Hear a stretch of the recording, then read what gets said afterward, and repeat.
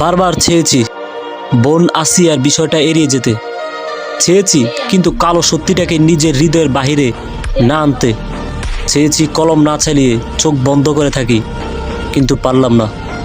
পেশাদারিত্বের নামে script writer হিসেবে আজ আমাদের সেই গল্প লিখতেই হলো। এক নিষ্পাপ নিরীহ অসহায় বোনের সর্বনাশের গল্প, এক মৃত্যু প্রতীক্ষায় শুয়ে থাকা আত্মার উপর নেমে আসা নৃশংসতার কাহিনী।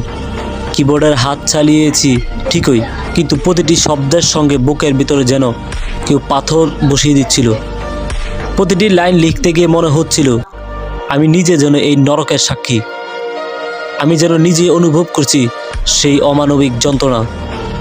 শেষ শব্দটা টেনে দিতেই বাম হাতটা কিবোর্ডের থেকে সরে গেল। মনে হলো কিবোর্ড থেকে শুধু হাত নয়, আমাদের সমস্ত শক্তি, আমার সমস্ত বিশ্বাসও পড়ে গেল। নিজেকে আর ধরে রাখতে পারলাম না। হয়তো কেউ বলবে তুমি তো কেবল একজন লেখক, তোমার কাজ লিখে যাওয়া, কিন্তু আমি জানি এই লেখা লিখতে গিয়ে আমাদের হৃদয়ের প্রতিটি কোণা কতটা ক্ষত বিক্ষত হয়েছে। আমি জানি এক একটা শব্দের সঙ্গে আমাদের চোখের পানি মিশেছে, মনের ভেতর সঞ্চিত রক্ত ক্ষরণ হয়েছে। আরও কষ্টের কথা হলো উপস্থাপকের মুখে যে পাশবিকতা আমার কলমে ফুটে উঠল, সেই 3 অপরাধীর বিচার এখনো হয়নি, সেই নরপশুদের এখনও শাস্তি মৃত্যুদণ্ড হয়নি। আমার বোন, আমি একজন ব্যর্থ ভাই।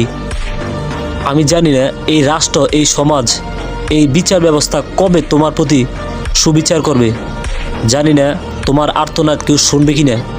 শুধু জানি আজ এই রাতের গভীরে আমি একা বসে কাঁদছি, সব কিছু দূরে ঢেলে দিয়ে ভাবছি তুমি কি আমাকে ক্ষমা করবে বোন।